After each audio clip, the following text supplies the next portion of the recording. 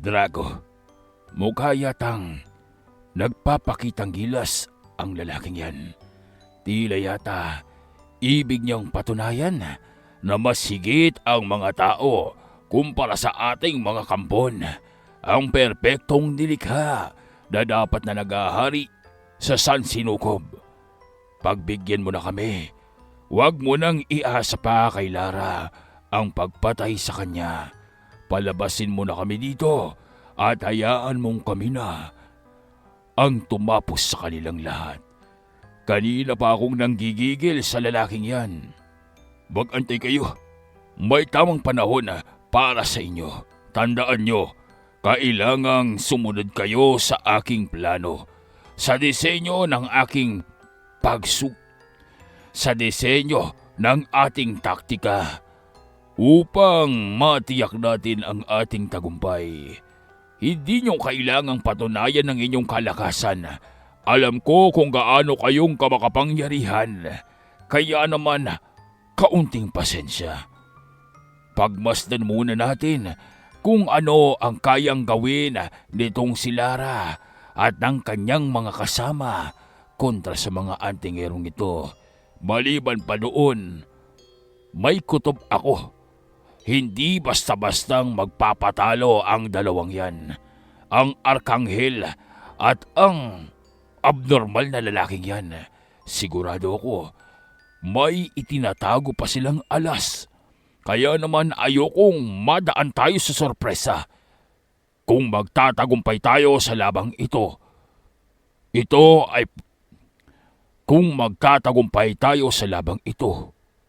dapat sa planong idinisenyo ko.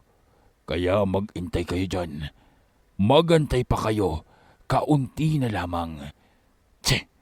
Ano bang magagawa namin? Ngunit kapag natapos sila ni Lara, ano pa ang matitira sa amin?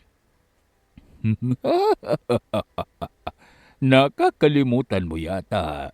May mga primordial pa sa itaas na nag-aantay ng paghatol. Huwag kang masyadong mag-alala, kaibigan, dahil marami pang pagkakataon upang maipakita mo ang iyong kalakasan. Maliban pa doon, hindi ba't mas kaiga-igaya ang masaksihan muna natin kung paanong makipaglaban ang mga bago. Kung hindi ako nagkakamali, pangkat sila ng mga may karunungan na nagtangkang pumasok dito para makakuha ng mga kayamanan sa ilalim. Ang malas lang nila, si Drago mismo ang nakaharap nila, kaya ganyan ang kinahinatnan nila. Teka nga lang, Drago, ano ba ang nakita mo dyan sa Lara na yan? At bakit binigyan mo pa ng pagkakataong mabuhay imbis nang gawin nating sakripisyo para sa altar? May nakita akong potensyal. Nagliliwanag na tila bang kasakiman sa kanyang mga mata. Alam ko na kapag ginamit natin siya, mas kapaki-pakinabang pa ito kumpara sa kung lalapain na lamang siya ng altar. Kaya naman, hayaan niyo na ako sa kaunting eksperimentong ginawa ko. Isa pa, napatunayan naman ni Lara na may pakinabang siya sa laban ng kagaya nito. Hindi ba? Hindi niyo bang napapansin? Napakarami na nang nagtangkang pumasok dito simula nang pumasok yang sila Lara. Subalit, lahat sila ay namatay. Ang galit, ang kagustuhan ni Lara upang patunayan ang kanyang kalakasan, maging ang kanyang mga kasamahan mula sa pagiging mga antingero at albularya, dagi silang mga ganap na kampon. Alam ko yun, at kamuntikan pa ngang magtagumpay na maging mga vampira ang mga yan dahil na rin sa dugong nakahalo sa kanilang mga katawan. Kakaiba, pambihira, maliban pa doon, yang si Lara, sa kabila ng pagiging isang kampon niya, Nariyang may kakayahan pa rin siyang gamitin ang kanyang karunungan bilang isang antingera. Kaya naman gusto kong makita paano niya itong gagamitin sa lalaking yan. Gayong napaslang na siya ng isang beses.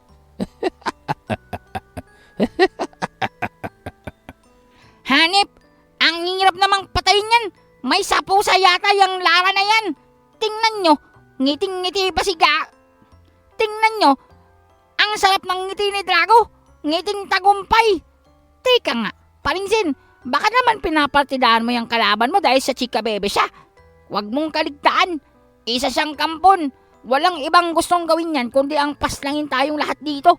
Kaya naman, kung pinapartidahan mo pa yan, forget it. Tapusin mo na siya. Sa tingin ko, hindi ganun kadali ang tapusin ang babaeng yan. Tama. Narinig mo naman ang sinabi nitong si Drago. Hanggat nasa loob tayo ng kanilang dome dito sa altar na ito, paulit-ulit na mabubuhay ang kanyang mga kasamahan. Ibig sabihin, patibayan ito ng stamina, pahabaan ng pasensya, at padamihan ng nakaimbak at reserbang mana. Unang maubusan ng mana at lakas, siyang matatalo. Hindi wow, mukhang mahirap ang ginagawa ni Among Zen at saka ni Paring Fred. Kung ganyan ba naman ng ganyan ang kalaban nila na nabubuhay at nare-reincarnate paulit-ulit, edi parang pandaraya ang nangyayaring laban dito. Hindi ba? Hindi ba tama ako, Sir Ed? Paanong malalaman ang kahinaan ng mga kalaban nila? Ibig sabihin ba nito, hanggat umiiralyang si Drago, hindi mamamatay ang kanyang mga kasamahan? Sa tingin ko ay hindi ganoon ang sitwasyon. At alam kong napapansin na ito ng dalawa. Anong ibig mong sabihin doon, Senyor? Anong napapansin nila na hindi namin napapansin? May hangganan ang lahat. Kahit pa ang mga immortal, may kahinaan. Gayon din ang mga kampon. Kahit pang sinabi nitong si Drago na paulit-ulit lamang na mabubuhay ang kanyang mga kasamahan dahil na rin sa naririto tayo sa loob ng altar. Ngunit hindi akong lubusang naniniwala dito dahil natitiyak ko may kahinaan ang kanilang kakayahan o di kaya naman may limitasyon ang kamatayang maaaring lampasan nitong mga kampon. Tama si Senyor. Alam ko'y may nabasa na akong tungkol sa ganitong uri ng kapangyarihan. Subalit, hindi itong unlimited. May bilang lamang ito ng pagkakagamit. May limitasyon kung hanggang kailan at hanggang ilang beses maaaring bumangon ang nilalang na ginagamitan ng kapangyarihang ito. Sa madaling sabi, ang laban na lamang dito ay paubusan, paunahan kung sino ang unang mawala ng mana. Yun ang matatalo. Oy, Paringsin! Kamusta ka dyan? Kaya mo pa bang kalabanin yung chika bebe? Ang tambok ng ang lakas niya. Teka nga, may sinasabi sila ninang. Baka daw merong kahinaan niyang mga kalaban nyo at hindi unlimited yung pagkabuhay ng paulit-ulit niyan. Alamin mo kung paano yun, Paringsin, bago kang maubusan ng energy. Oo nga, Among Zen. Alamin mo kung paano matitigil ang kapangyarihan nila sa pagkabuhay-buhay ulit para naman matapos na ito. Baka naman kailangan yang si Drago na ang tapusin mo kaagad. Ako, tatapusin nyo. Masyado pang maaga, boy, para pangarapin mo yan. Masyadong maaga ng ilang libong taon para subukan mong paslangin ako. Kung hindi niyong kayang lampasan ang aking mga kasamahan, kung hindi mong matatapos ang buhay ni Lara, hindi kayong makakalapit sa akin. Sa tingin niyo ba, hahayaan ko lamang na mapinsala niyo akong muli? Damit ang mga mapanlinlang at mandarayan yung estilo at mga sandata? Managinip kayo ng gising. Hindi iyon mangyayari habang narito ako at nagmamasid at habang buo ang aking pangkat. Doon ay tumingin ng matalim itong si Drago sa kanyang mga kasamahang nakikipaglaban kila Zen.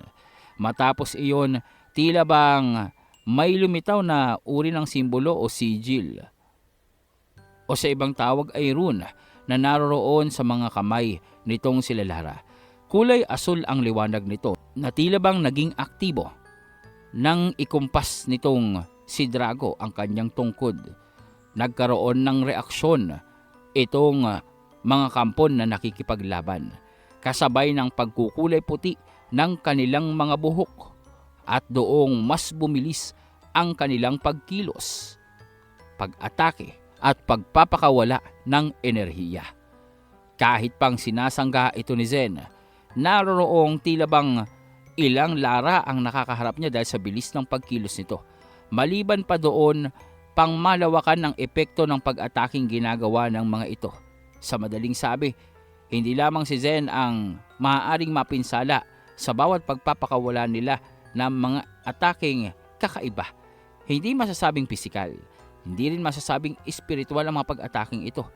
Para bang nasa gitna, isang uri ng karunungan na maging kila Zen ay bago at hindi nilang agad na malaman kung papaano itong maiiwasan o madedepensahan ang kanilang mga sarili. Dahil sa alanganin ng iwasan ito, maaaring matamaan ang kanilang mga kasamahan kung sakasakaling iiwas sila dahil na rin sa bilis ng mga pagkilos nitong mga kampon na katunggali nila. Dahil sa lakas ng puwersa na maaaring kapag iniwasan nila ay hindi magawang maharang ng proteksyon nila Fred at daroong maaaring mapahamak ang kanilang mga kasamahan. Kaya naman, kahit pang mahirap, kahit mabigat ang mga pag-atake ni Lara, sinasalo ito ni Zen habang inoobserbahan ang reaksyon ng mga kampon at nitong si Drago. Pilit niyang hinahanapan ng butas ang mga kakayahan ng mga kampon, lalong-lalo na ang paulit-ulit na pagkabuhay ng kanilang mga kalaban sa oras na mapatay nila ito o malagay sa pinakaalanganing sitwasyon. Para bang otomatiko na nalulusaw ito at nagbabalik sa loob ng silid upang bumalik sa orihinal nitong anyo. Doon, kung normal lamang ang kakayahan ng antingero o ng individual na nakikipaglaban sa mga kampo na ito, ay tiyak na mauubusan ng lakas, mana at kapangyarihan bago pang matapos ang laban. Ngunit dahil dito ay mas lalong ginaganahan ang binata. Naramdaman nitong si Fred na tila bang tumaas ang enerhiyang bumabalot dito kay Zen, na para bang mula sa kanyang depensang ibinabalot sa kanyang mga kasamahan, napatungan ito ng mas mataas na antas ng proteksyon o depensa dito sa katawan ng binata. Dahilan upang nang muling tumama ang pagsuntok na ginawa nitong si Lara, para bang sumuntok lamang siya sa hangin at hindi naabot ang kanyang katunggali. Matapos iyon, naglitawan ang mga itim na portal na maliliit na natatandaan nitong si Fred ay ang simbolo ng mga patibong na espiritual na ginawa nitong si Zen at natutunan niya mula sa pagtuturo ng kanilang kasamahang albularyo na si Carding de Calibre. Kaya naman, agad na gumawa ng distansya itong si Fred. Ayaw niyang pati siya ay madamay sa patibong na inilatag nitong si Zen.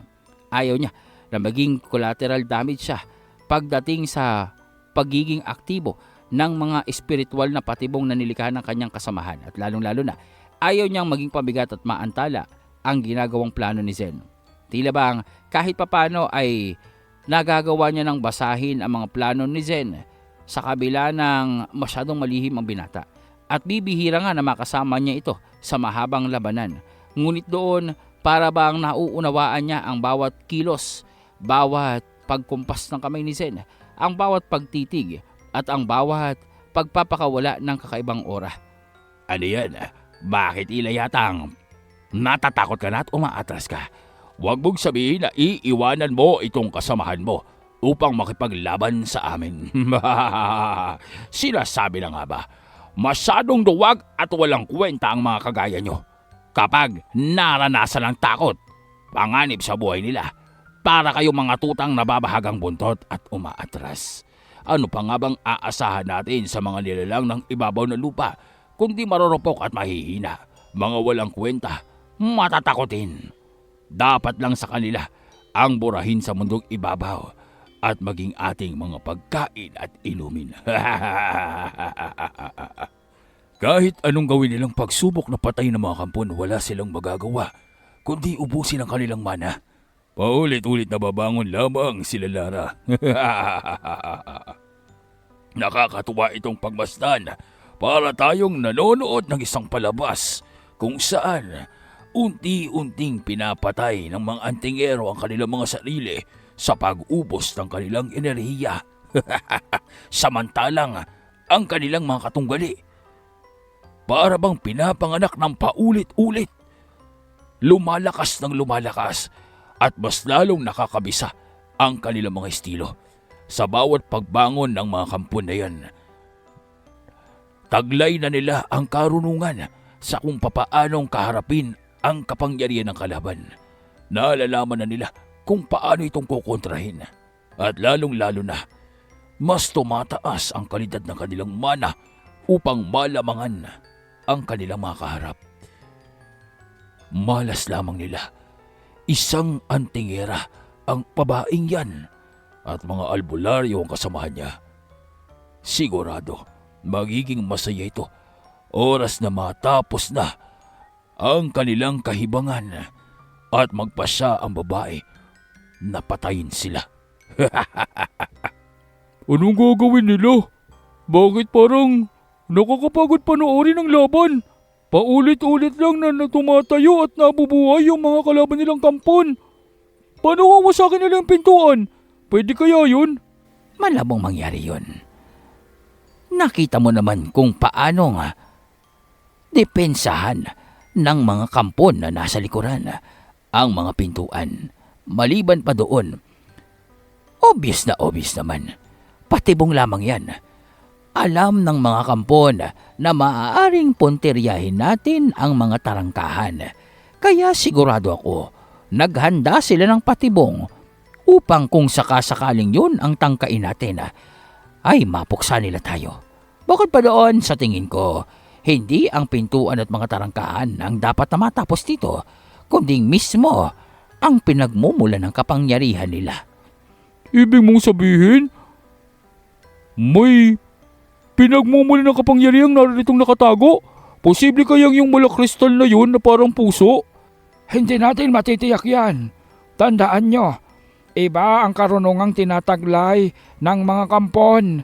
Hindi itong kagaya ng kung papaanong gumagana ang kapangyarihan ng mga antingero. Kaya, maaaring sa paningin mo, sa palagay mo ay tama at iyon ang kasagutan. Ngunit iba ang prinsipyo ng kanilang kakayahan. Hayaan na lamang natin na sila Zen ang gumawa ng kaparaanan upang matapos ang labang ito. Nasa sagap ng ating radar ang kakaibang bulso ng kapangyarihan na nagmumula sa likod. Malayo kumpara sa mga kaharap nila Zen at tila yata ito ang kanilang reserba, ang alas na itinatago na sa sandaling magkaroon ng problema ang kanilang mga mandirigma. Papasok ang mga nilalang na yan. Kaya mag-iingat kayo at dapat na mag-ingat din sila Zen dahil hindi natin masasabi kung hanggang kailan makapagpipigil ang mga nasa kadiliman. Makikita na sa bawat pagbangon ng mga namamatay na kampon, ang 4 na kampon na naroroong pangunahing mandirigma na kasamahan nitong si Drago. Animoy, mas bumibilis ang kanilang pagkilos at maliban pa doon, ang mga pag-ataking ginagawa nila Zen ay nakakaya na nilang tanggapin at matagalan. Maging ang mga pinsalang natatamo nila ay mas lumiliit at halos ang ilan ay wala ng epekto pa. Kaya naman alam nitong sila Zen na hindi maglalaon ang kanilang mga kaparaanan upang paslangin ang mga kaharap nila ay mawawalan na ng bisa. Sa makatuwid, kailangan nilang magmadali nang sa gayon ay magawang matapos ang labang iyon bago pang makialam ang mga nilalang na nasa kadiliman. Ngunit papaano nila itong gagawin gayong lahat ay nakamasid? Naroroong nag-oobserba ang mga kampon, naroroong nag-aabang. Maliban pa doon, tunay na makapangyarihan nga itong pinangungunahang pangkat ni Lara dahil sa maging sila may pangontra sa mga pinapakawalang kapangyarihan nitong si Fred. Matatandaan na sinabi nitong sila Drago, bago pa maging kampon itong sila Lara, ay mga batikang albularya at antingero ang grupo nito. At kahit pang naroroong naging kampon na ang mga ito, nadala nitong sila Lara ang kanilang karunungan sa pagiging albularya. Iyon ang ginagamit nila na inihalo sa kakayahan ng mga kampon upang gawing mas malakas ang depensang tinataglay nito. Hindi depensang kagaya ng nakaugalian na ng mga antingero na matibay at hindi agad-agad natitibag. Bagkus, ang depensang tinataglay nitong sila Lara ay depensang kayang umangkop sa kapangyarihan ng mga kalaban nila. Sa makatuwid, patuloy na nagbabago, patuloy na lumalakas at patuloy na nagiging matibay sa mga pinsalang natatanggap sa bawat pagkamatay nila. Sa bawat muling pagbangon, mas tumatatag ang kanilang puwersa. At naroroong kahit na ang mabilis na pagkilos nitong si Zen, kayang-kaya ng sabayan ng mga mata nitong si Lara. Napansin ito ni Zen nang tangkain niyang salakayin itong babae. Kahit pang sa bilis ng kanyang pagkilos, na halos hindi na siyang makita pa sa lugar ng pinaglalabanan. Kitang-kita niya kung paanong gumalaw ang mga mata ni Lara upang sundan ang kanyang pagsugod, dahilan upang itigil ito at hindi nang ituloy pa ng binata at muli siyang bumalik sa kanyang kinaroroonan. Ngunit matapos iyon, naroroong nasorpresa itong si Zen nang nasa harapan niya na si Lara at akma na siyang sasaksakin ng taglay nitong sandata. Mabuti na lamang at naroroong nakabalot sa kanya ang depensa ng Volture. Dahil sa nang tumama ang relikang taglay ng babaeng kampon, nawasak ito dahil na rin sa taas ng puwersa ng depensa ng Volture. Isang puwersa na nagmula sa labas ng dimensyon. Dahilan upang hindi itong makilala ng kapangyarihan na tinataglay nitong si Lara. Dahilan upang ang relikang sinauna sa kabila ng lakas ng pagwasak nito ay naroroong nasira, nabasag at nawalan ng silbi. Umay, tingnan nyo, anong nangyari doon kay Lara Bells? Bakit? Parang nasira yung kanyang kutsilyo. Hindi yatang tinablan yung balote ni Among Zen. Kawawa naman siya. Paringkulas, pahiramin mong sandata. Loko ka! Kanino ka bang kampi? Bakit pahiraman ka ng sandata yung kampon na yan? Mas mabuti na nga yan. Ang likot-likot niya. Kanina pa siyang habol ng habol dito kay Paring Zen. Bakit kaya ganun? Pagkagaya naming mga gwapo, habulin talaga ng mga chika bebe. Kakaya niyan. Ang tambok-tambok ng ang galing-galing niyang makipaglaban at ang lakas ng kanyang loob para kalabanan nito si Paring Zen at harapang salakayin ng kanyang patalim. Buti nga sa kanya. Siguro, peke at galing lang sa Divisoria yung ginawa niyang sandata. Kita mo, nagkamali-bali at nawasak pa yung kristal. Paring Zen, nauubusan na kayo ng oras. Tingnan nyo, palakas ang enerhiyang nagmumula sa kadiliman. Mukhang hindi lang makapag-antay yung mga nakapila para kalabanin kayo Bakit hindi mo pang tapusin niyang si Lara? Hangal ka ba? Kahit gustuin ng kasamaan mo na tapusin si Lara. Paulit-ulit lamang na mabubuhay yan at babalik at mas lalakas pa. Hindi maglalaon. Baka nalampasan niya na ang kakayahan ng mga kasamaan nyo. Kawawa naman kayo. Para kayong sumusuntok sa buwan sa pangarap nyong manalo dito. Bakit hindi nyo na lang kasing ibigay sa amin ng mga birhen? Nang sa kayo mabilisan na lamang ang pagpaslang sa inyo. Hindi na kayo magpapagal ng ganito. Shut up! Hindi kitang kinakausap. Hinihingi ko bang opinion mo? Isa pa, ano bang papel mo dito? Taga-bilang ng pag-atake ng mga kasamahan mo? Hoy, para lang malaman mo, kung gusto mong makipaglaban, umpisaan mo na ngayon. hindi kitang uurungan. For all I know, naduduwag ka lang. Hinahayaan mo yung mga babae na kapaglaban para lamang sa'yo. How pathetic.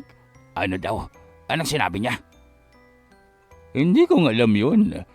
Ano bang malay ko sa salita ng mga taga-ibabaw na mundo? Siguro, pangungutyayin sa'yo. Malamang sinusumpa ka niya.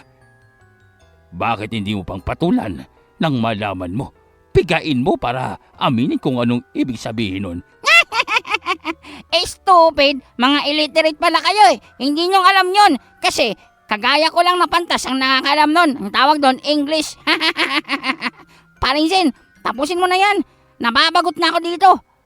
Subalit, biglaan na lamang na tila bang nagbagsakan ang mga bubog na kulay pula sa lugar kung saan naroroon sila Kulas. Ito ay nagmula kay Drago. Dahil sa ingay nitong si Kulas, tila bang nagpapantig ang tenga ng pinuno ng mga kampon, dahilan upang ang kisame o ang taas ng kanilang kinaroroon ng silid ay mamuo ang mga kristal at bumagsak sa kanila. Sa pagbagsak nito, agad na sumasabog ito at lumilikha ng pinsala sa kanilang kapaligiran.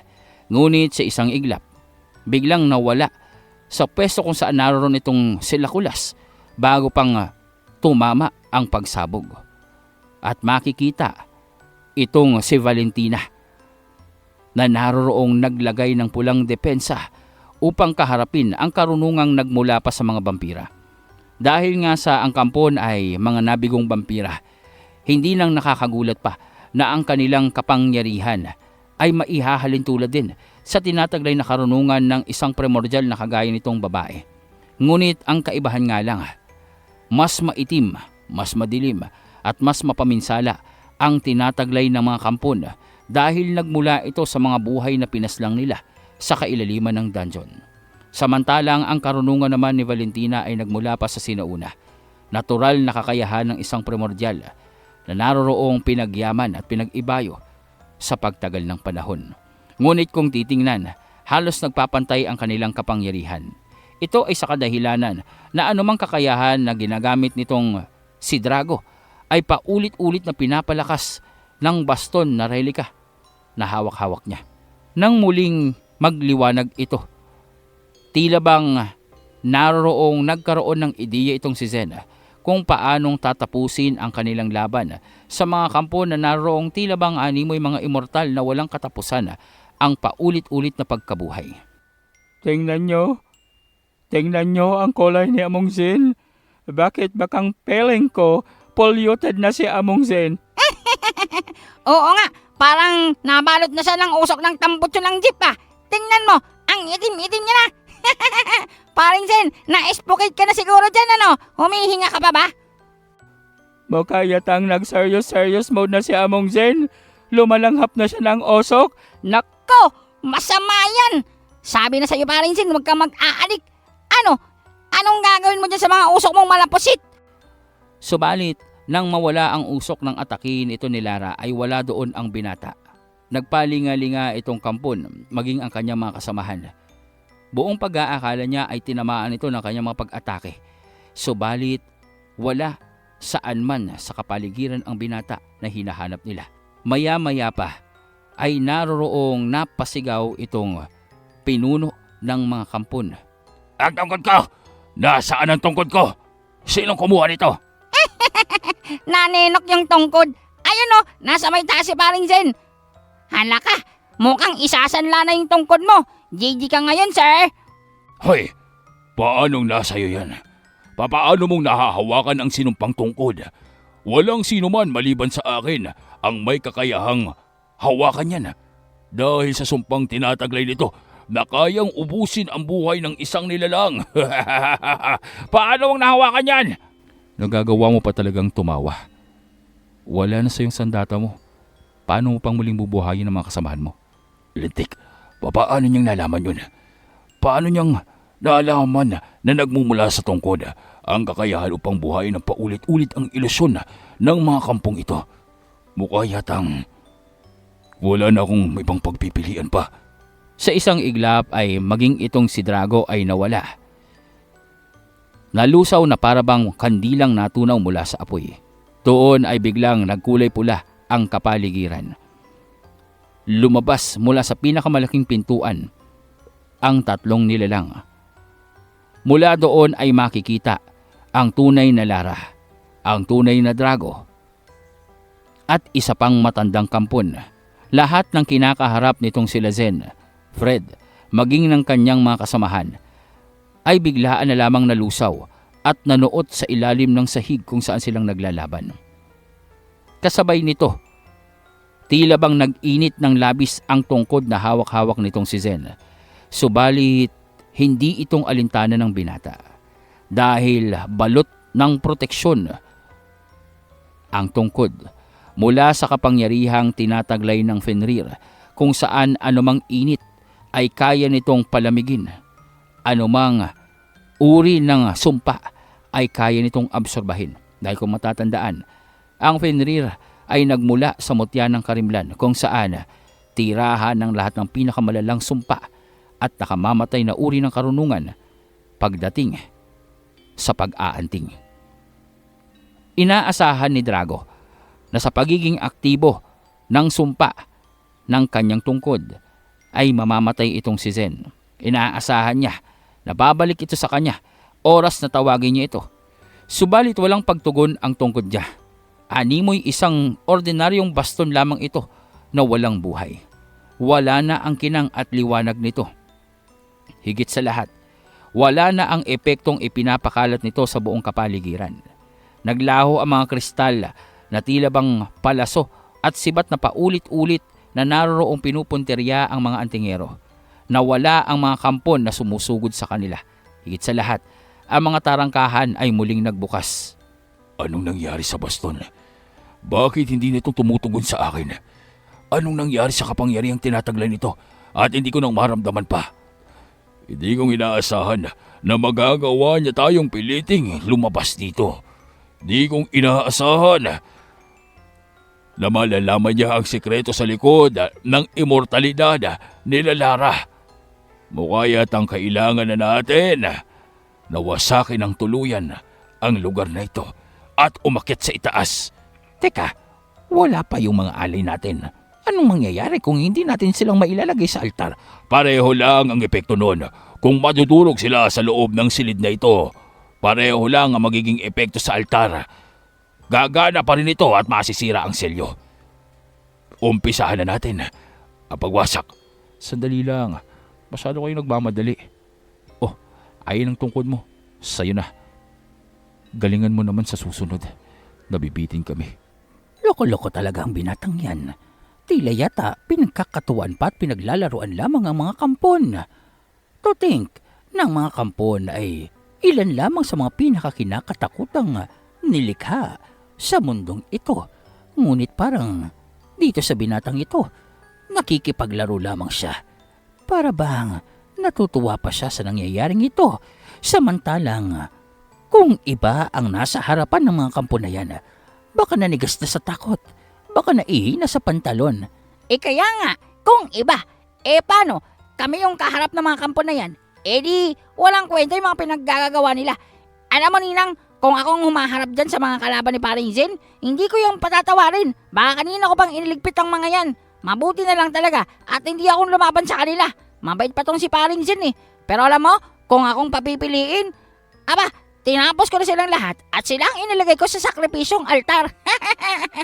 Ano kayang mangyayari sa altar nila kapag yung matabang kampon na yan ang ilagay natin? Siguro mag-o-overload, mawawasak. Naroroong narinig naman ito nitong si Drago, kaya naman agad niyang itinaas ang kanyang tungkod upang wasakin na nga ang buong kapaligiran. Kaya nga lang, Mabatay na kayong lahat! Paalam! Paalam! Anong nangyayari? Teka nga, anong nangyari sa tungkod ko? Bakit hindi gumagana? Ipatimbang mo na yan sa mga ngalakal para kitain mo pa yung mga ginastos mo sa pagpapagawa niyan. Parang bakal na kalawangin na yan Kawawa ka naman. Mamatay na kayo. Walang nangyari. Di napaiyak ka tuloy. Paring Zen, anong ginawa mo sa tungkod niya? Maya-maya ay bigla na lamang nagbitak-bitak ang tungkod nitong si Drago at naroroong nadurog at naging abo. Teka lang. Peke, hindi iyon ang armas ko. Hoy, saan mong inilagay ang tunay na baston? Wala akong ginagawa sa tungkod mo. Wala akong kinukuha. Yun pa din yun. Kasalanan ko bang masira? Hindi nagsisinungaling itong si Zen. Tunay na tungkod ang kanyang isinauli. Subalit, dahil nga sa ang baluting nakapaikot sa kanya ay ang Vulture, nagkaroon ng reaksyon ang relika. Agad itong kinain ng Vulture. Inubos hanggang sa huling patak ng enerhiyang naipon doon na kung iisipin ay kayang wasakin ng buong syudad kapag nakalabas itong si Drago. Subalit, naubos ang lahat ng enerhiya nito dahilan upang ang luma at kalawanging tungkod ay bumigay at maging pulbos. Sa makatuwid, lahat ng maaaring kapangyarihang gamitin nitong si Drago sa loob ng altar ay wala ng silbi pa. Tanging ang sarili nilang mga kapangyarihan na lamang ang naroroong maaari nilang asahan dahil sa ang makapangyarihang tungkod na kumukontrol sa dungeon ay naroroong nasira na at wala ng kapangyarihan pa. Mukha yata, Drago, na wala ng kwenta ang mga plano mo. Bakit hindi na lang ang plano namin ang sundin natin? Paumanhin, Pinunong Kampon. Ngunit, hindi naman ito sa pagwawalang bisa ng iyong karapatan at pagsasawalang bahala ng iyong katungkulan. Ngunit, ang sitwasyong ito ay humihingi na ng aksyon na kami lamang ang makagagawa. Hindi ba, Lara? Tama siya. Bakit hindi mo nang ipaubaya sa amin ito? Marami ka nang nagawa para sa mga kampon. Hayaan mong kami na ang kumilos mula dito. Isa pa, kanina pa akong nasasabik na tunay na kalabanin ng lalaking yan. Mukha yatang pinukaw niya ang interes ko. Walang magawa itong si Drago. Wala siya kung wala ang tungkod.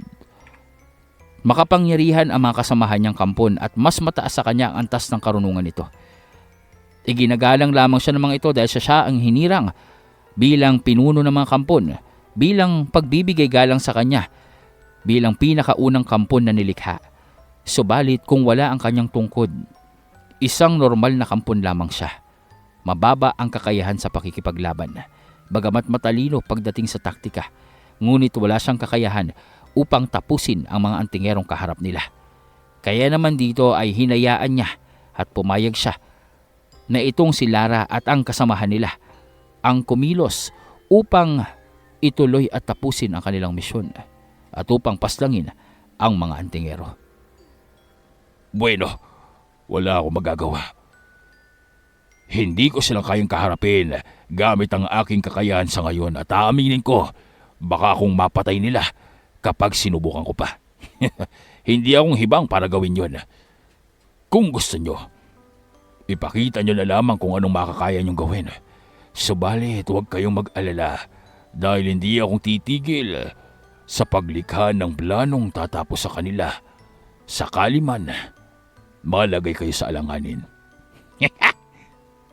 Kami malalagay sa alanganin.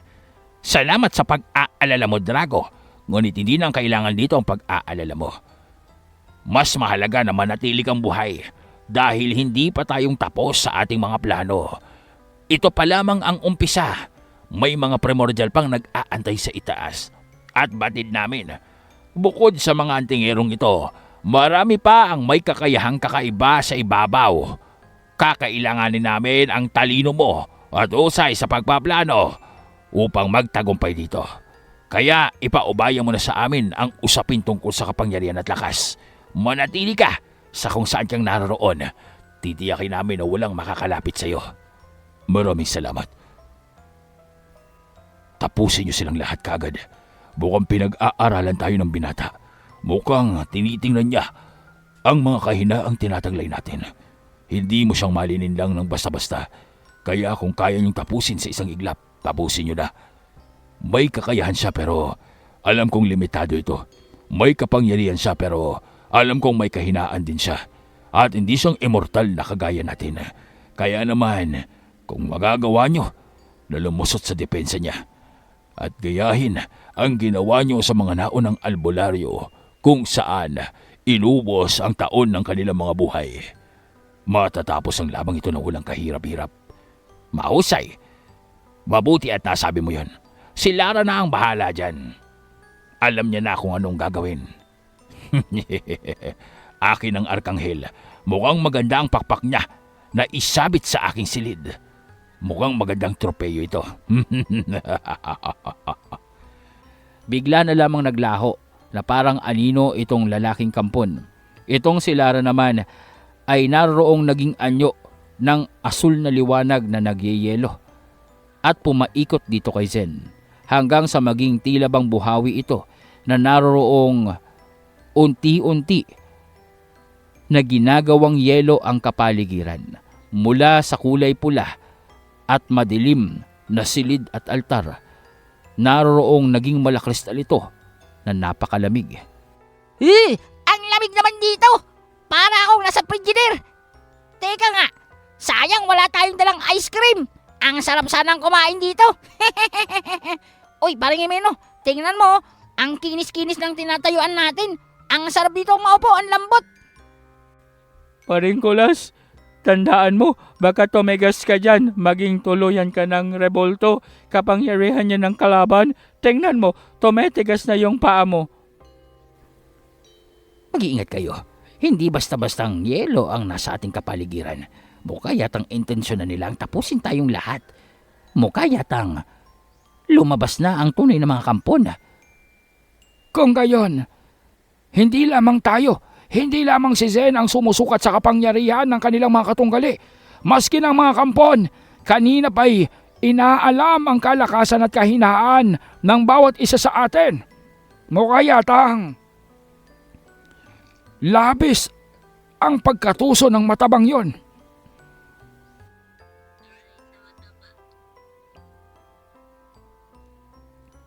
Oo nga, Sir Aid. Mukha yatang ang taba niya, pati ang utak niya mataba. Oo nga, mukhang napuno ng kolesterol kung ano-ano na pinag-iisip-isip. Hoy, taba! Ano ba bang pinaplano mo? Wala ka na palang silbi dito. Umuwi ka na sa nanay mo at magsaing ka doon ng kamote. Hindi yung nariyan ka pang nakaupo sa trono-trono na yan.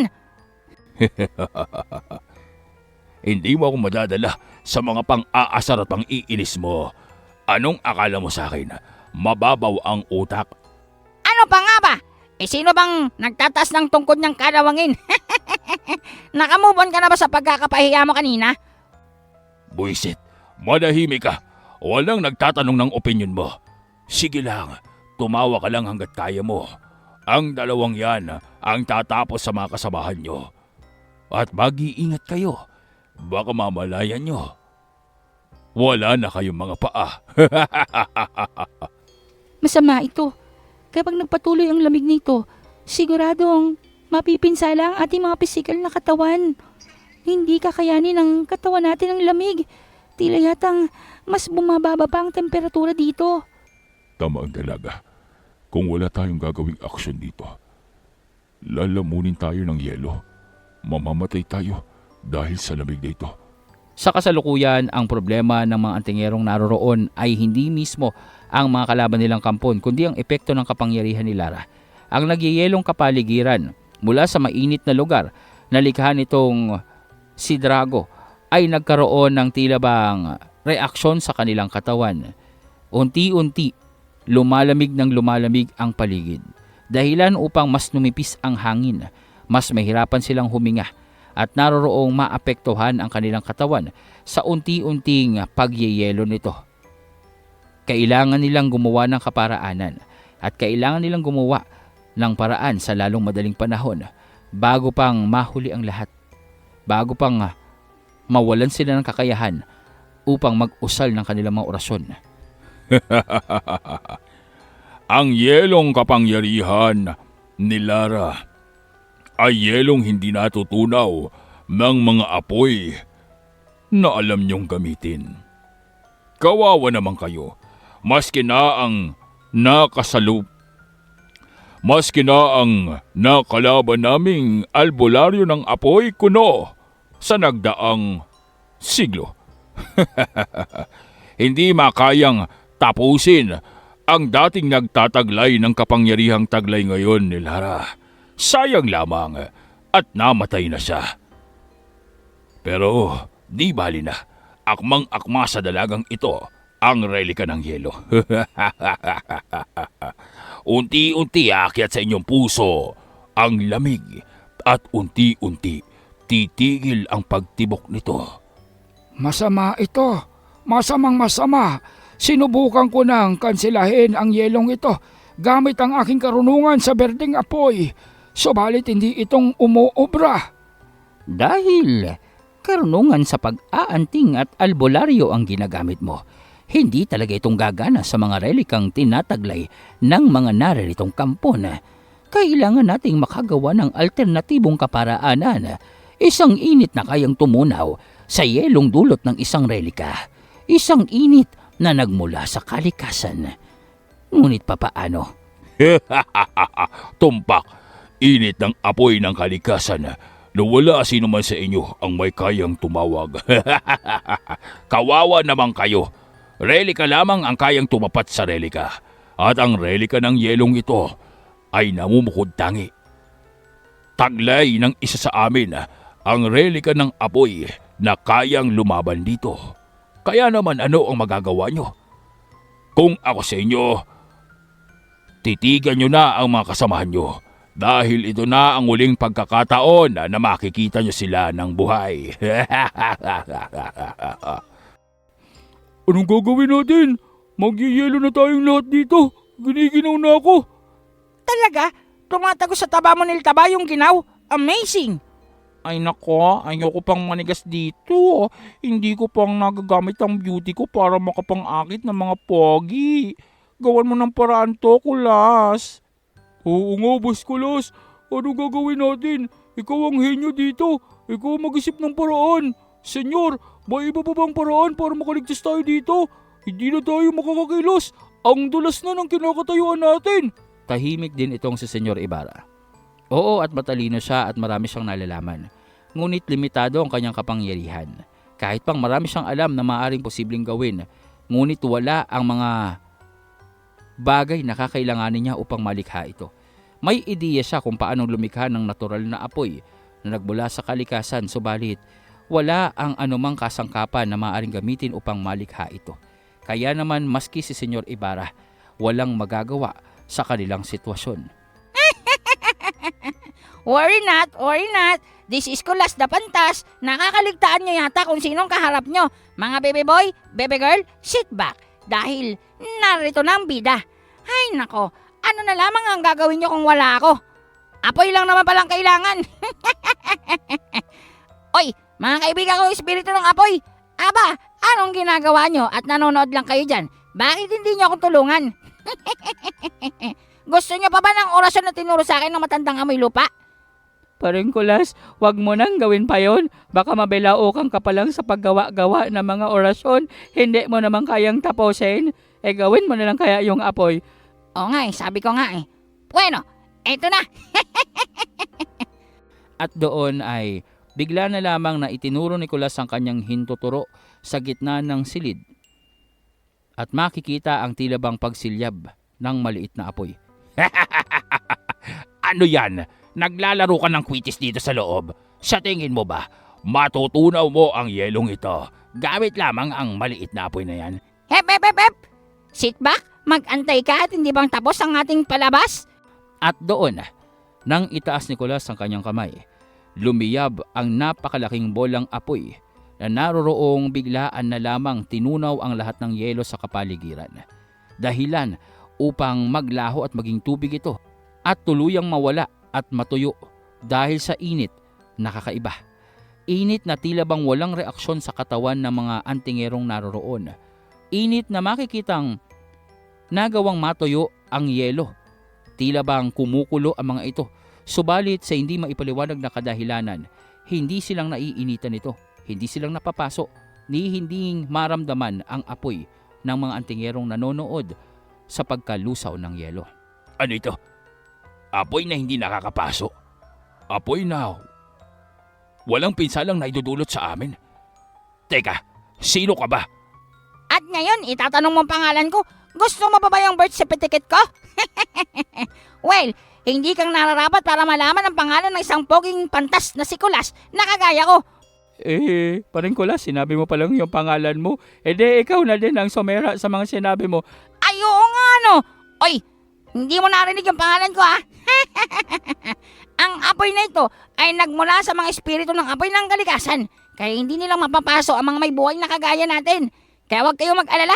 Kinain lang naman nila ang mga yelong naririto. Oh, ngayon, malaya na makakilo sila paring Zen. Teka, asa din lalaking yun? Nawala na naman. Oh, asa din babae? Doon ay makikita ang malaking butas sa gitna ng silid na kinaroroonan nila. Butas na patungo sa ilalim. Hindi nilang namalaya na sa pagiging abala nila sa panonood sa apoy na naroong pumaikot sa silid, hindi na nilang napansin pa ang pagsugod nitong si Lara dahilan upang mabutas ang sahig at naroong maglaban sila patungo sa kailaliman. Si Fred naman ay naroon sa itaas, kalaban ng lumilipad na kampon at patuloy sa pagpapalitan ng kanilang puwersa ng pag-atake. Si Zen ay napunta sa dulong bahagi sa kailalimang palapag ng dungeon. Kalaban itong si Lara. Nagyeyelo ang buong kapaligiran kung saan silang naglalaban, subalit hindi itong nakakaabot kay Zen. Sa bawat paghakbang nitong si Zen ay naglalaho o tila bang kinakain ng kadiliman na nakapalibot sa kanya ang yelo dahilan upang hindi siyang maapektuhan. Anong nangyayari dito? Bakit kanina pang hindi tinatablan ng yelo ko ang lalaking ito? Kahit pa ang sumpa sa pagpapatanda, hindi siyang tinatablan. Parang hindi umaabot sa kanya. Hindi bang umaabot sa akin ang mga sumpang pinapakawalan mo? Hindi bang umaabot sa akin ang kapangyarihan mo? Nagtataka ka na ba? Bakit nababasa akong iniisip mo? Natigilan itong si Lara. Dahil sa lahat ng kanyang iniisip, lahat ng katanungan sa kanyang isipan ay tila bang naroroong nababasa ni Zen. Naroroong sinasambit ng binata na para bang siya na ang nagtanong nito sa dalaga. Doon ay mas lalong naguramentada itong si Lara dahil sa unang pagkakataon ay nainsulto siya ng labis-labis. Ang pag-aakala niyang ang pagiging kampon ay nagbigay sa kanya ng kalamangan sa mga albularyo at antingero. Sa pagkakataong iyon, pakiramdam niya muli siyang nahaharap sa isang malaking balakid at panganib. Muli niyang naramdaman ang takot na matagal nang nalimutan ang kanyang katawan. Lalong-lalo na, pakiramdam niya, may malalaking mata ang nakatitig sa kanya na naroroong hinahatulan siya. Biglang iniurong nitong si Lara ang kanyang pag-atake.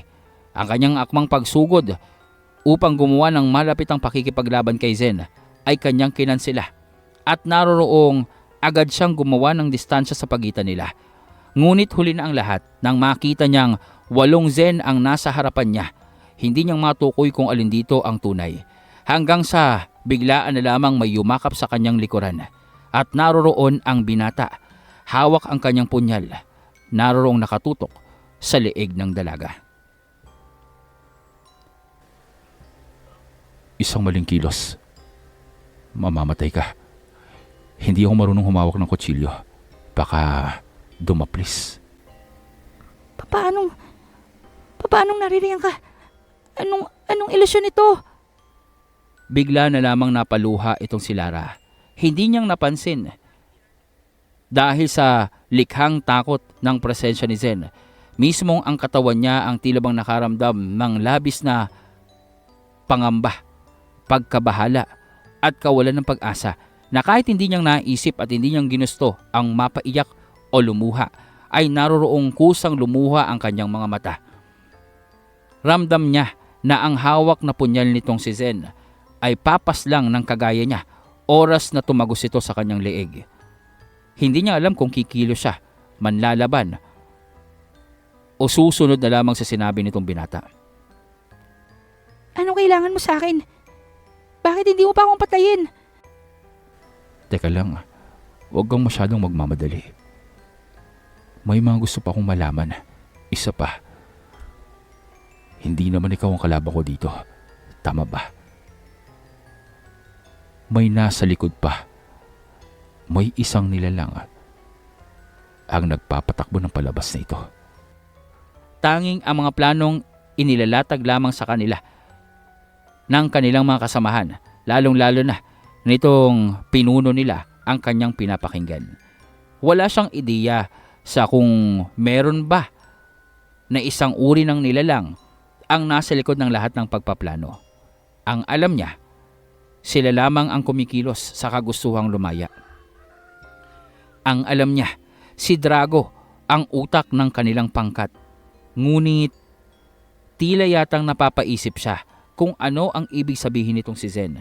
Ano ang tinutukoy nitong isang uri ng nilalang na nasa likod ng lahat ng pagkilos ng mga kampon. Maging siya ay napatanong. Maging siya ay nagtataka. Dahil minsan ay naitanong niya na sa kanyang sarili kung sino ba ang madalas na kinakausap nitong si Drago sa altar sa tuwing magtutungo ito doon. Wala akong nalalaman sa sinasabi mo. At sa tingin mo, kung alam ko, sasabihin ko ba sa'yo? Isa kang dayuhan, isa kang tao. Kalaban ka ng mga kampon. Patayin mo na lamang ako dito, pero wala kang makukuha sa akin. Ganun ba?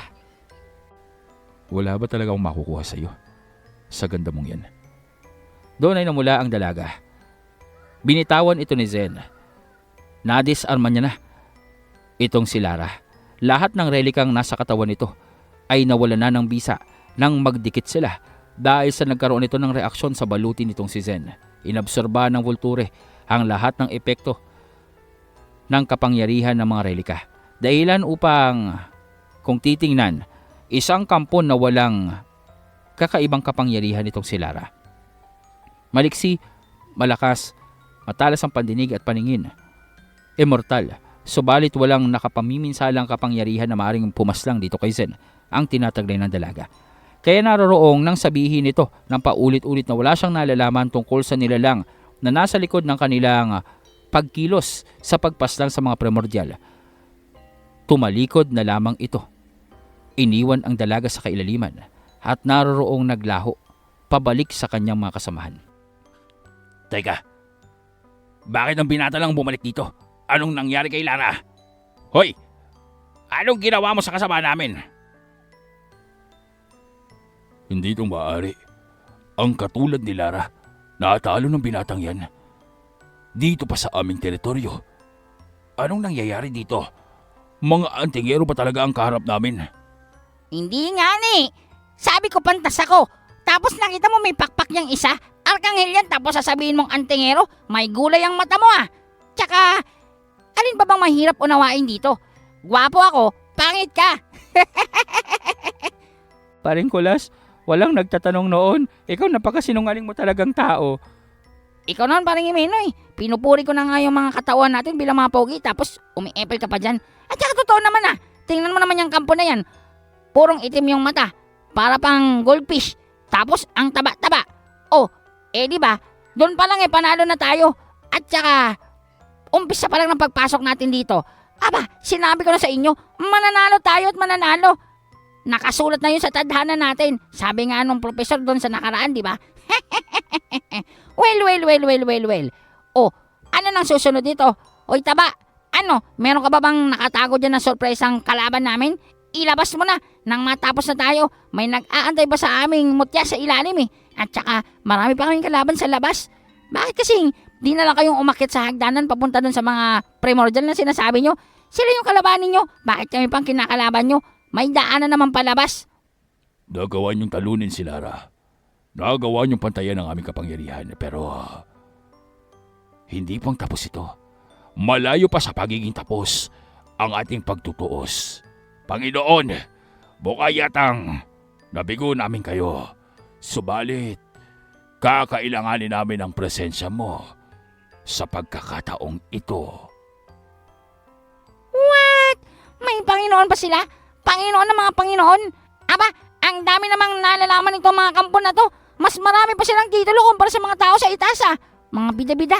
Sa bagay, tingnan mo naman to. Matabang parang bubuyog. Bidang saya. Parang Imeno, humanda ka. Mukhang umaalingasaw ang kapaligiran. Itaas mong depensa mo. Kanina pang nakataas pa rin kulas, nalalamangan lang talaga ng kadaldalan mo. Huwag kang mag-alala, hindi tayong malalapitan ng sinamang Panginoon nila dahil sa aking proteksyon. Oh yeah! Kahanga-hanga. Hindi ko nang alam pa kung anong sasabihin ko. Simula noong umpisa kong makasama ang mga ito, parang hindi kong naramdaman na matakot sa mga labanan. Para yatang mali at kasalanan ang mangamba sa tuwing kakaharapin ng mga kalaban kong kasama ang mga ito. Inagawa nilang kalokohan ng lahat. Pero lahat ay nalulusutan nila, hindi ba? Tama, yun nga ang kakaiba at nakapagtataka. Para bang may gabay sila mula sa mga may likha. Ang ibig mo bang sabihin, gabay na direkta mula sa mga bathala? Tumpak. Dahil iyon lamang ang nakikita kong paliwanag kung bakit paulit-ulit nilang nalalampasan ang mga pagsubok at mga kapahamakang dumarating sa atin. Hindi na ordinaryo yon. Ang swerteng tinataglay nila ay abnormal na. Dumarating ang mga tulong na kailangan sa tuwing kakailanganin nito. Nananalo sila kahit pang sa gitna ng labanan na parabang imposible nang manalo. Maliban pa doon, tingnan mo tong dalawang katsupoy. Paanong nananatiling buhay ang mga ito? Purong kalokohan lang ang alam gawin. Mga miron habang nakikipaglaban ng kanilang mga kasamahan. Yan ang bumubuo sa kanilang pangkat. Bawat isa sa kanila ay may ginagampanang katungkulan, silbi, gamit, function, ika nga. Kaya nga sila ay epektibong pangkat ng mga mandirigma dahil sa bawat isa sa kanila nagtataglay ng katangian na kayang punan ang kakulangan ng bawat isa. At maliban pa doon, nakakaligtaan mo yata, arkanghel at emperor ang kasamahan nila. Mga nilalang ng sinauna, mga nilalang na hindi nang nasisilayan pa sa panahong ito. Kung gayon, walang silbi lang naman pala ang pangamba natin at pag-aalala sa sa umpisang pagpasok natin dito. Hindi sa walang halaga iyon. Kailangan at dapat lamang na matakot tayo dahil ito ang isa sa nagiging dahilan ng pagtatagumpay. Ang takot ng kabiguan. Ngunit sadyang abnormal lamang talaga ang kasamahan nating mga antingero at mga nilalang na to. Nang bigla na lamang nagsuka ng dugo itong sila Sir Ed, sila Ninang at ang mga dalagang kasamahan nila. Nakaramdam sila ng kakaibang puwersa, isang enerhiya na tila bang nagmumula sa kailaliman at marahang naroroong patungo sa kanilang kinaroroonan. Ngunit sa isang iglap, lumitaw ang lahat ng gabay nitong si Zen at Fred at naroroong nagpakawala ng pinagsama-samang liwanag na ibinagsak sa butas kung saan nagmula sila Zen, kung saan nagmumula ang kakaibang enerhiyang nararamdaman nila. Isang matindi, nakakasilaw at mapagyanig sa kapaligirang liwanag ang naroroong nagmula sa dalawang binata na bumagsak patungo sa kailaliman. Maya-maya pa, natahimik na ang buong paligid at nawala ang presensya. Anong nangyari? Ang Panginoon natin! Bakit parang nalusaw? Intro boys! Ano yon? Ang lakas ng presensya tapos napugnaw? Kawawa naman ang Panginoon nyo. Hindi bang nagpapakita? Nalusaw na. Hays, ang lungkot ng papel niya sa kwentong to ah. Hindi man lamang sumikat. Oy, kayong dalawa, wala man lamang kayong patawad. Ang ganda pa naman ng intro nitong si Paring Taba. Ayun, asa na yung Panginoon nila? Pasensya na kayo pero kusang nagkaroon ng reaksyon ang mga gabay. Isa pa, buong hindi natin maaaring hayaan na makarating dito ang kung sino mang nilalang yun. Tama si Fred at mukha yatang hindi ko na rin napigilan ang kapangyarihan ng mga gabay ko, lalong-lalo na ang Vulture. Taba, pasensya ka na. Hanggang dito na lamang kayo. Hindi!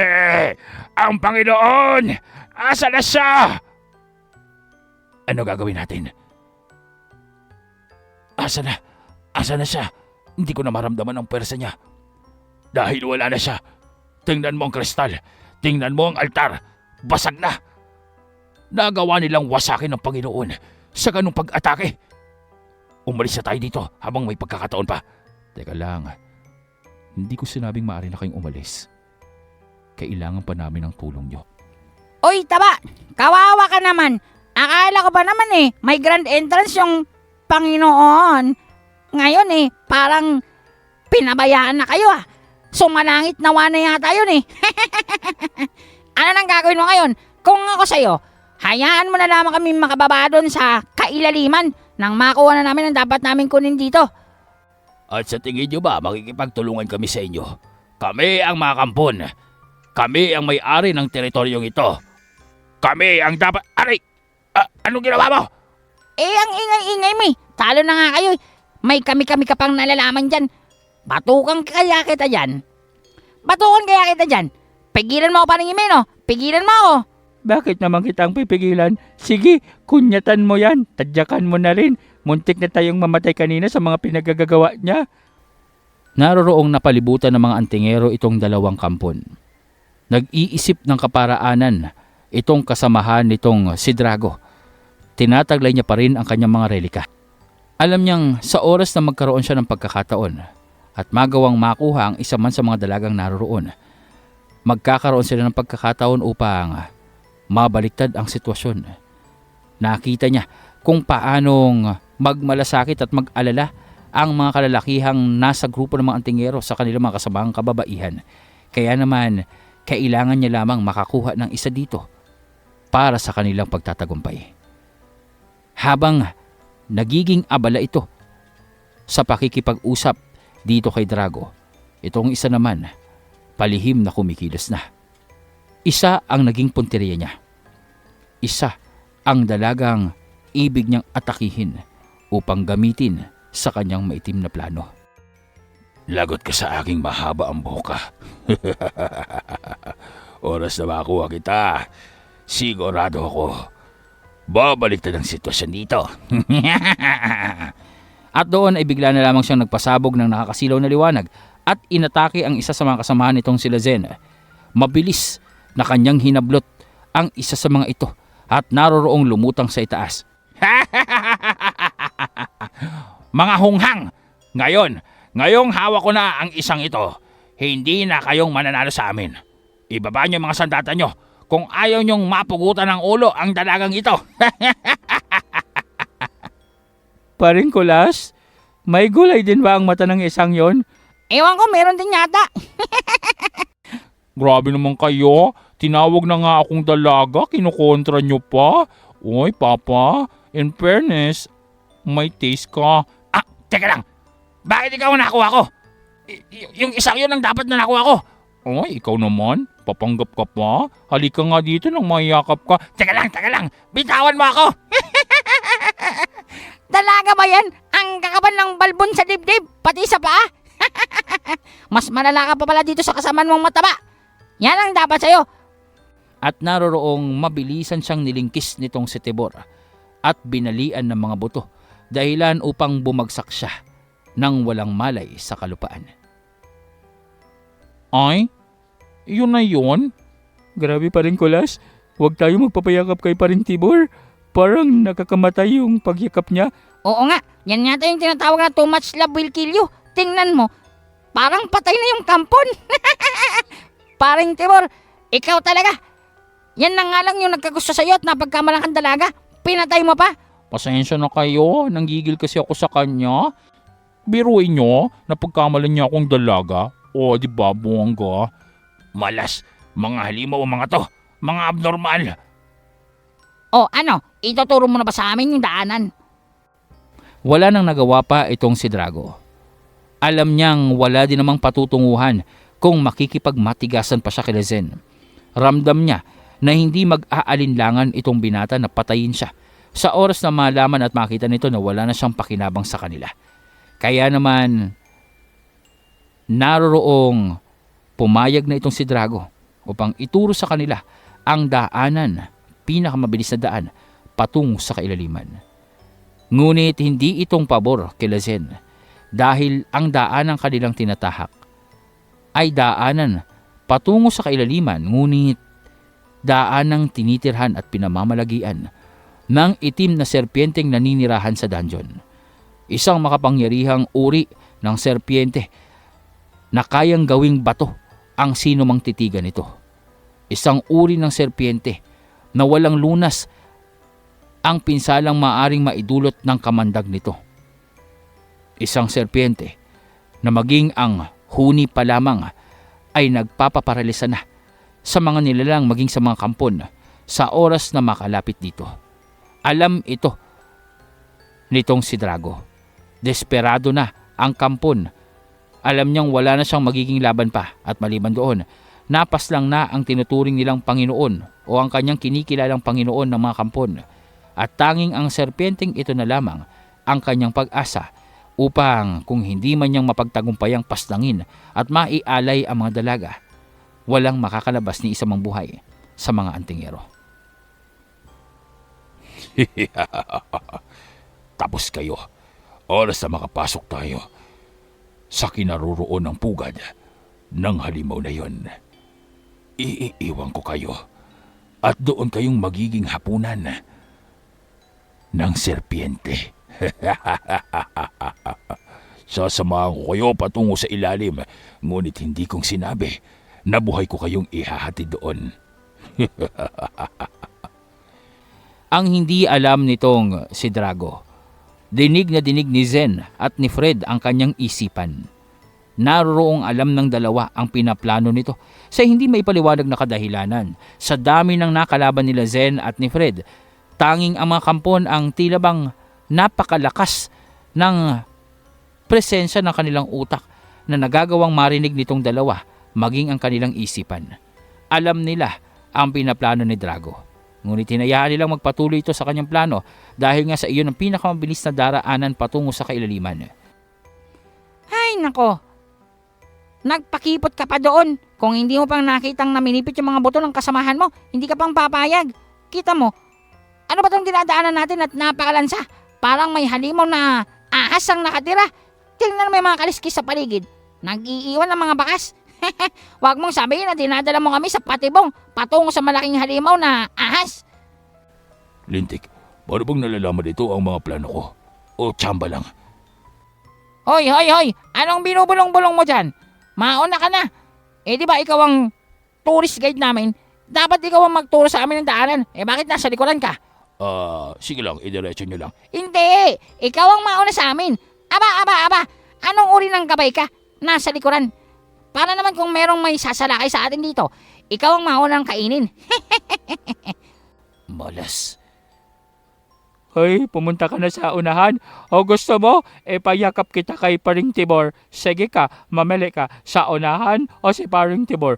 Loko, ginawa mo pa akong pangtakot dyan. Tsaka hindi ako maglalakas ng loob na yakapin ng matabang yan, ano? Mukha siyang maasim. Ramdam nila Zen ang presensya ng serpyenteng ito. Hindi itong ordinaryong ahas lamang. Ramdam nila ang taas ng antas nito na nagbabadya ng kapahamakan sa kanila. Kumpara sa kapangyarihan nitong si Drago, malayong malayo ang kakayahan ng serpyente.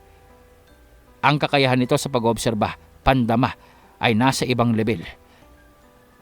Anumang sandali, alam nila Zen, kakaharapin na nila ang tagapagbantay ng kailaliman. Isang maalamat na nilalang na sa mahabang panahon bago pang malikha ang dungeon ay naroroon ng namamalagi. Isang uri ng kadiliman na tila bang nabuhay na kasabay ng paglitaw ng daigdig sa sangkalawakan. Ang serpiente na nananahimik sa mahabang panahon. Ang serpiente na nagpapanatili sa mga relika ng kailaliman. Ang serpiente na maski na ang mga primordial ay kayang patayin sa isang pagtitig lamang, ay naroroong nag-aabang sa mga susunod niyang biktima. Itutuloy natin ang ating kwento sa susunod na kabanata at maraming salamat sa mga nag-antay at sumubaybay sa ating istorya sa episode na ito. Huwag kaligtaan ang pag-iwan ng like, comment at pag-share ng ating istorya. Sayang at tila yatang napuksa kaagad nila Zen ang Panginoon, ang pinakamalakas sa mga kampon. O kaya tang mali ang intro ng ating mga kalaban. Subalit, dahil nga dito ay Natapos ang paglalaban ng kampon at pangkat ng mga tingero, ngunit matatagpuan kaya nila ang mutya ng Hunyango o may iba pang pagsubok ang kanilang pagdaraanan patungo sa kailaliman ng dungeon. Ano ang mga susunod na kaganapan sa ating kwento? Makalalabas kaya sila ng ligtas mula sa dungeon? Yan ay tutukan natin at abangan sa susunod na kabanata ng ating kwento. Kaya naman mga ka-midnight, mag-like, comment at share and subscribe dito sa channel. Ito po ang inyong narrator na si Sir Mar ng Midnight DJ Tagalog Horror Story na nag-iiwan sa inyo ng isang bitin at magandang gabi.